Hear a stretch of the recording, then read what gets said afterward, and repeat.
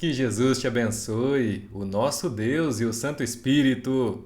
Mais uma vez, obrigado pela presença aqui no canal. E hoje vamos iniciar a Carta aos Romanos, Epístola do Apóstolo Paulo, dos capítulos 1 ao 4. Aproveite bem a leitura e seja abençoado por Deus.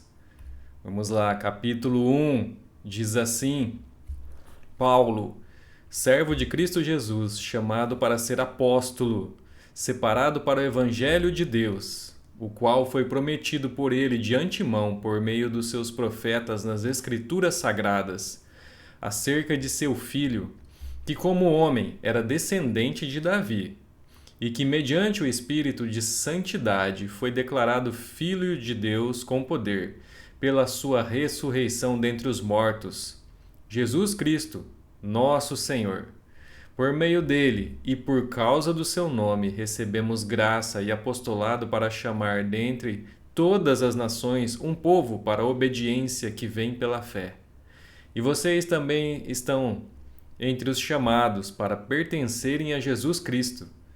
A todos os que em Roma são amados de Deus e chamados para serem santos, a vocês, graça e paz da parte de Deus nosso Pai e do Senhor Jesus Cristo. Antes de tudo, sou grato a meu Deus, mediante Jesus Cristo, por todos vocês, porque em todo o mundo está sendo anunciada a fé que vocês têm. Deus, a quem sirvo, de todo o coração pregando o Evangelho de seu Filho, é minha testemunha de como sempre me lembro de vocês, em minhas orações.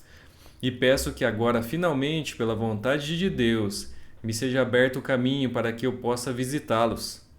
Anseio vê-los, a fim de compartilhar com vocês algum dom espiritual para fortalecê-los. Isto é, para que eu e vocês sejamos mutuamente encorajados pela fé. Quero que vocês saibam, irmãos, que muitas vezes planejei visitá-los, mas fui impedido até agora. Meu propósito é colher algum fruto entre vocês, assim como tenho colhido entre os demais gentios. Sou devedor, tanto a gregos como a bárbaros, tanto a sábios como a ignorantes. Por isso estou disposto a pregar o Evangelho também a vocês que estão em Roma. Não me envergonho do Evangelho, porque é o poder de Deus para a salvação de todo aquele que crê. Primeiro do judeu, depois do grego. Porque no Evangelho é revelada a justiça de Deus, uma justiça que do princípio ao fim é pela fé. Como está escrito, o justo viverá pela fé. Portanto, a ira de Deus é revelada dos céus contra toda impiedade e injustiça dos homens, que suprimem a verdade pela injustiça. Pois o que de Deus se pode conhecer é manifesto entre eles, porque Deus lhes manifestou. Pois desde a criação do mundo, os atributos invisíveis de Deus, seu eterno poder e a sua natureza divina têm sido vistos claramente, sendo compreendidos por meio das coisas criadas, de forma que tais homens são indesculpáveis. Porque, tendo conhecido a Deus, não o glorificaram como Deus, nem lhe renderam graças, mas os seus pensamentos tornaram-se fúteis, e o coração insensato deles obscureceu-se. Dizendo-se sábios, tornaram-se loucos, e trocaram a glória do Deus imortal por imagens feitas segundo a semelhança do homem mortal, bem como de pássaros, quadrúpedes e répteis. Por isso Deus os entregou à impureza sexual, segundo os desejos pecaminosos do seu coração, para a degradação do seu corpo entre si. Trocaram a verdade de Deus pela mentira e adoraram e serviram a coisas e seres criados em lugar do Criador, que é bendito para sempre. Amém.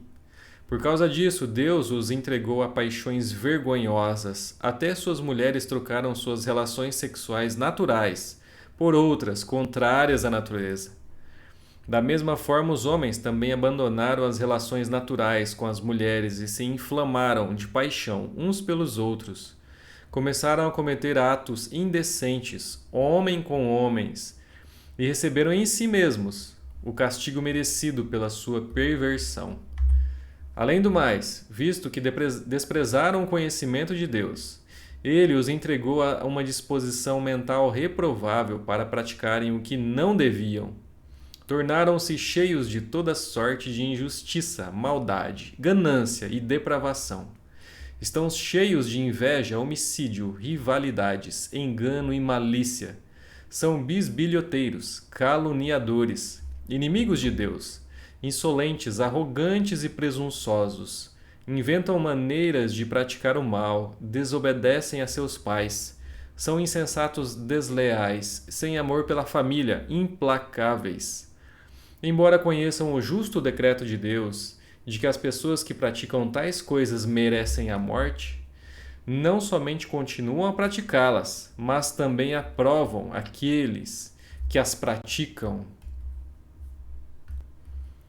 Capítulo 2. O justo juízo de Deus diz assim: Portanto, você que julga os outros é indesculpável, pois está condenando você mesmo naquilo em que julga, visto que você, que julga, pratica as mesmas coisas.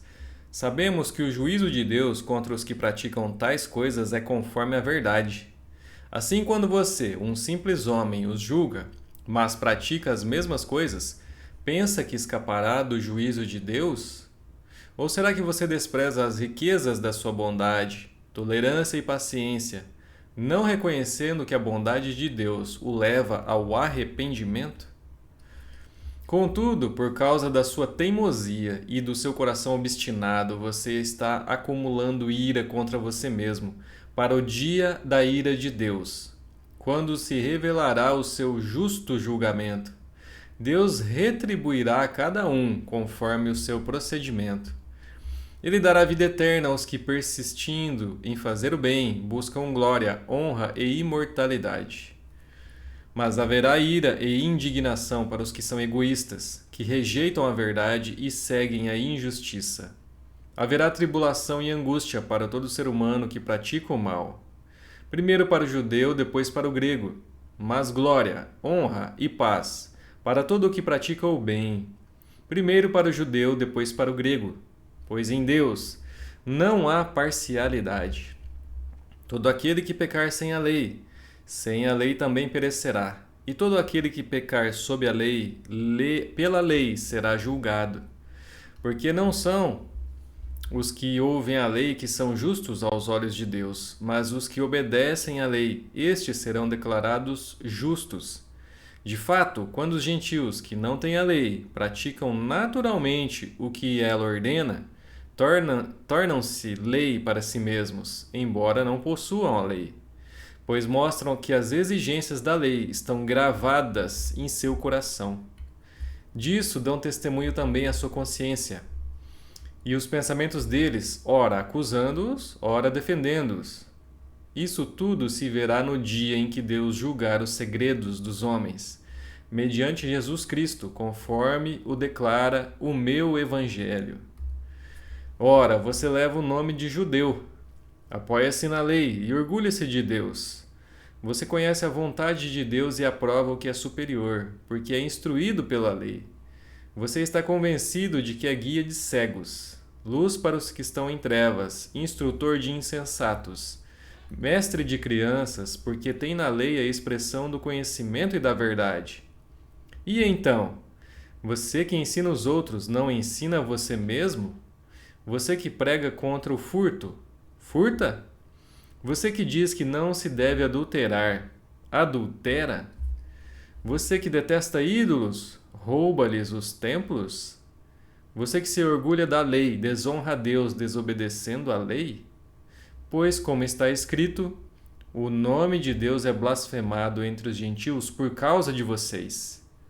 A circuncisão tem valor se você obedece à lei, mas se você desobedece à lei, a sua circuncisão já se tornou incircuncisão.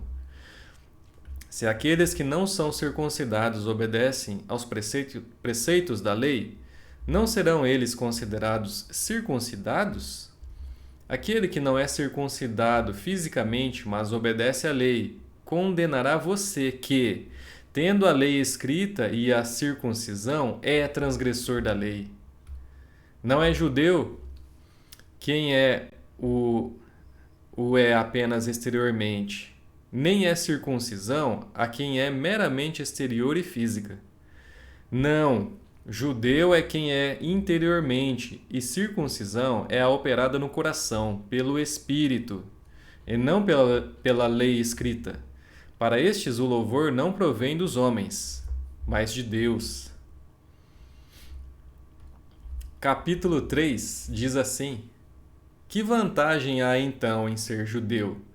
Ou em que utilidade há na circuncisão? Muita, em todos os sentidos, principalmente porque aos judeus foram confiadas as palavras de Deus. Que importa se alguns deles foram infiéis? A sua infidelidade anulará a fidelidade de Deus? De maneira nenhuma, seja Deus verdadeiro e todo homem mentiroso, como está escrito, para que sejas justificado nas tuas palavras e prevaleças quando fores julgado. Mas, se a nossa justiça ressalta de maneira ainda mais clara a justiça de Deus, que diremos? Que Deus é injusto por aplicar a sua ira? Estou usando argumento humano. Claro que não. Se fosse assim, como Deus iria julgar o mundo? Alguém pode alegar ainda: se a minha mentira ressalta a veracidade de Deus, aumentando assim a sua glória, por que sou condenado como pecador? Por que não dizer como alguns caluniosamente afirmam que dizemos: façamos o mal para que nos venha o bem?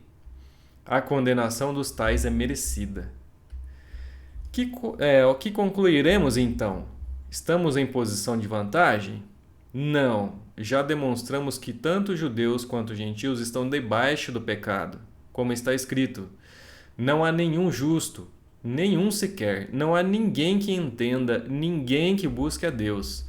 Todos se desviaram, tornaram-se juntamente inúteis. Não há ninguém que faça o bem, não há nenhum sequer. Sua garganta é um túmulo aberto, com a língua enganam. Veneno de víbora está em seus lábios. Sua boca está cheia de maldição e amargura. Seus pés são ágeis para derramar sangue.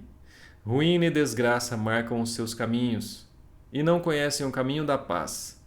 Aos seus olhos é inútil temer a Deus. Sabemos que tudo o que a lei diz, o diz àqueles que estão debaixo dela, para que toda boca se cale e o mundo todo esteja sob juízo de Deus. Portanto, ninguém será declarado justo diante dele, baseando-se na obediência à lei, pois é mediante a lei que nos tornamos plenamente conscientes do pecado. Mas agora se manifestou uma justiça que provém de Deus, independente da lei, da qual testemunham a lei e os profetas. Justiça de Deus mediante a fé em Jesus Cristo para todos os que creem. Não há distinção, pois todos pecaram e estão destituídos da glória de Deus, sendo justificados gratuitamente por sua graça, por meio da redenção que há em Jesus Cristo. Deus o ofereceu como sacrifício para propiciação mediante a fé, pelo seu sangue, demonstrando a sua justiça. Em sua tolerância havia deixado impunes os pecados anteriormente cometidos, mas no presente demonstrou a sua justiça, a fim de ser justo e justificador daquele que tem fé em Jesus. Onde está então o motivo de vanglória? É excluído. Baseado em que princípio? No da obediência à lei? Não, mas no princípio da fé. Pois sustentamos que o homem é justificado pela fé, independente da obediência à lei. Deus é Deus apenas dos judeus?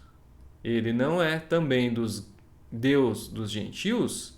Sim, dos gentios também, visto que existe um só Deus, que pela fé justificará os circuncisos e os incircuncisos. Anulamos então a lei pela fé? De maneira nenhuma. Ao contrário, confirmamos a lei. Capítulo 4 diz assim: Abraão foi justificado pela fé. Diz assim: portanto, que diremos do nosso antepassado Abraão? Se de fato Abraão foi justificado pelas obras, ele tem do que se gloriar, mas não diante de Deus. Que diz a Escritura? Abraão creu em Deus, e isso lhe foi acreditado como justiça.